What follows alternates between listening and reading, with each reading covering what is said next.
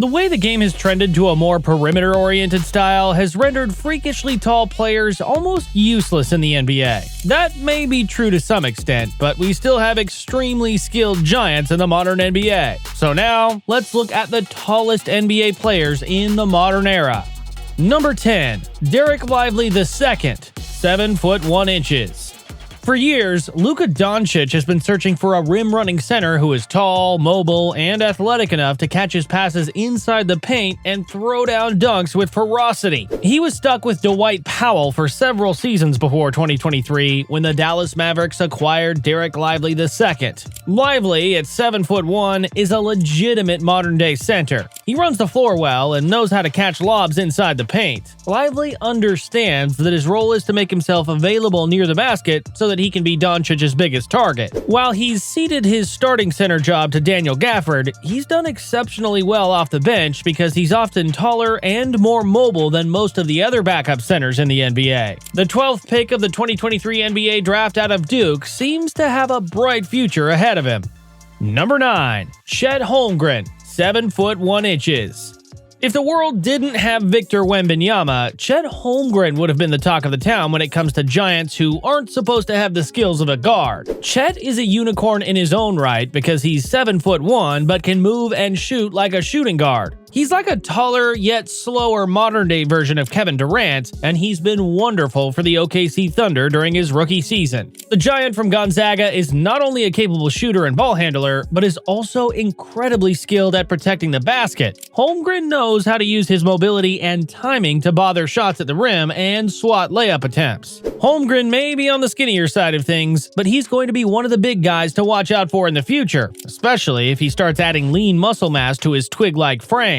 He's likely going to be a perennial all-star for years to come. Number 8. Rudy Gobert, 7 foot 1 inches.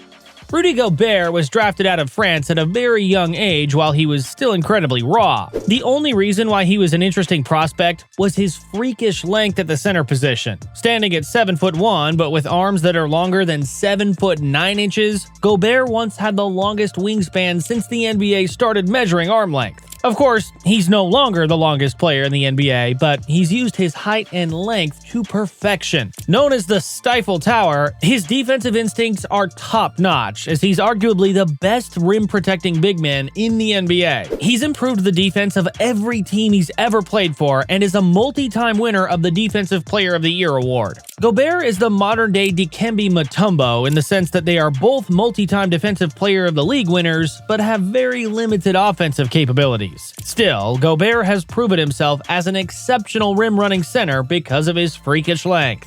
Number 7. Luke Kornet, 7 foot 2 inches.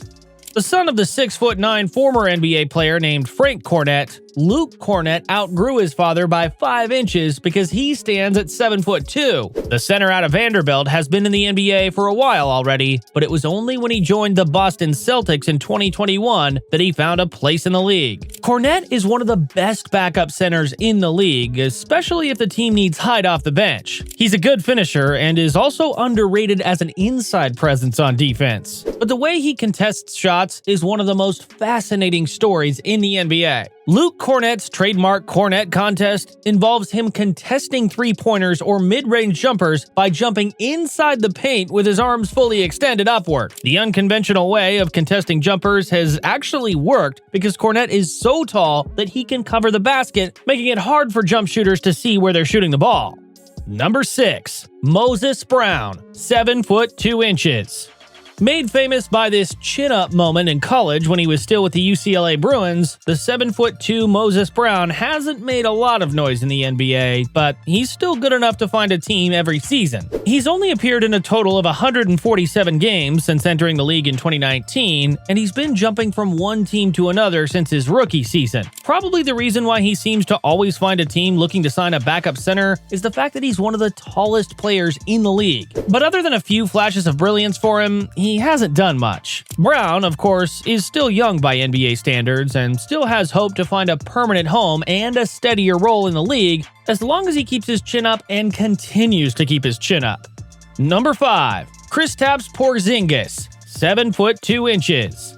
The original unicorn of the 2010s, Kristaps Porzingis reinvented what a man standing over 7 feet tall can do. He was drafted in 2015 to the boos of the New York crowd, but ultimately won them over when he started showing his three-point shot and uncanny skills at his height. Of course, Porzingis became an all-star during his time as a Knick, but he struggled to find a home in the NBA for years despite putting up star-level numbers. He couldn't coexist with Doncic on the floor, opting to shoot more three-pointers and contested mid-range shots instead of using his size inside the paint. However, he's matured a lot ever since then and has found his place in Boston, where he's been putting up efficient numbers as the third option behind Jason Tatum and Jaylen Brown. He still hasn't reached his 30s yet, and that means that there's still a good chance that he's going to return to all-star status in the future. Number 4. Bol Bol, 7 foot 3 inches.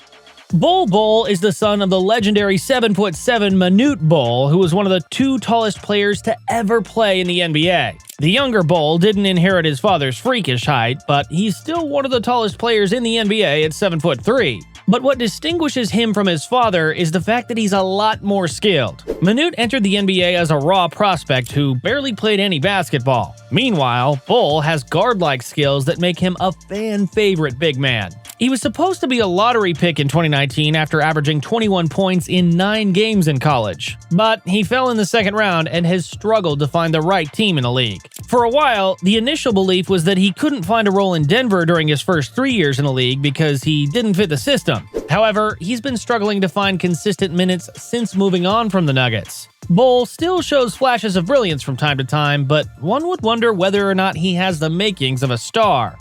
Number 3. Boba Marjanovic, 7 foot 4 inches.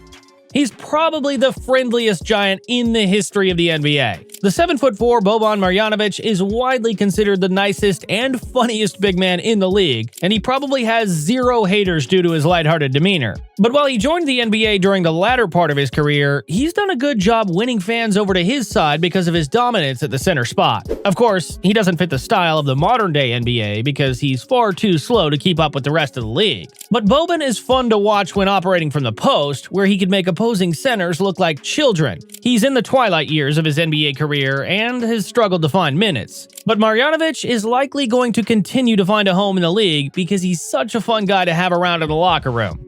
Number 2. Victor Wembanyama, 7 foot 4 inches. The talk of the town is, of course, Victor Wembanyama. He's listed at 7 foot 4, but he's likely 7 foot 5. Of course, with a wingspan that's at least 8 feet long, he makes other unicorns look like ponies. Wemby probably no longer fits the unicorn description because he's basically an alien, and his rookie season is proof of that. Wembanyama is a regular 2010 guy for the San Antonio Spurs because he's a great scorer and an equally capable presence inside the paint. He can hit jumpers, bring the ball up the floor, and dribble like a guard. But he's at his best when he uses that 7 foot 4 frame and 8 foot wingspan. Guards just have to throw the ball anywhere near the paint, and Wemby is likely going to catch and dunk it. He doesn't even need to jump to dunk and block shots. There's a good chance that Victor Wembanyama is going to become the face of the league for years to come. The unicorn from France is what you'd get when you max the height and stats of a player in NBA 2K, and that's why he's the most intriguing prospect the league has seen in decades. Number 1. Tacko Fall, 7 foot 6 inches. Wemby may be the tallest and longest player in the league right now, but Tacko Fall is taller and longer than him. Fall stands at 7 foot 6 and has an 8 foot 4 inch wingspan, making him a freakishly huge man in his own right. He had a dominant college career as a shot blocking man, but he went undrafted in 2019. The Boston Celtics still signed Fall and had him for 2 years. He was a crowd favorite in Boston, but he couldn't crack the rotation because the only thing he had going for himself was his size. Fall lacks the mobility and athleticism to keep up with other centers in the league. On top of that, he's simply too unskilled for the league. He last played for the Cleveland Cavaliers during the 2021-22 season. Fall's been out of the league since then and has played 2 seasons in China where he's been putting up better stats. However, he clearly struggles because his numbers in China are still quite underwhelming. Hey, at least he's the tallest player in the modern NBA. As you can see, height is no longer the best asset in the NBA, as most of the freakishly tall centers in the league can't find consistent roles and minutes with their respective teams. It's clear that the modern-day NBA values skills and athleticism above everything else, including height. But if you're Victor Wembanyama, it doesn't hurt to have the best of both worlds.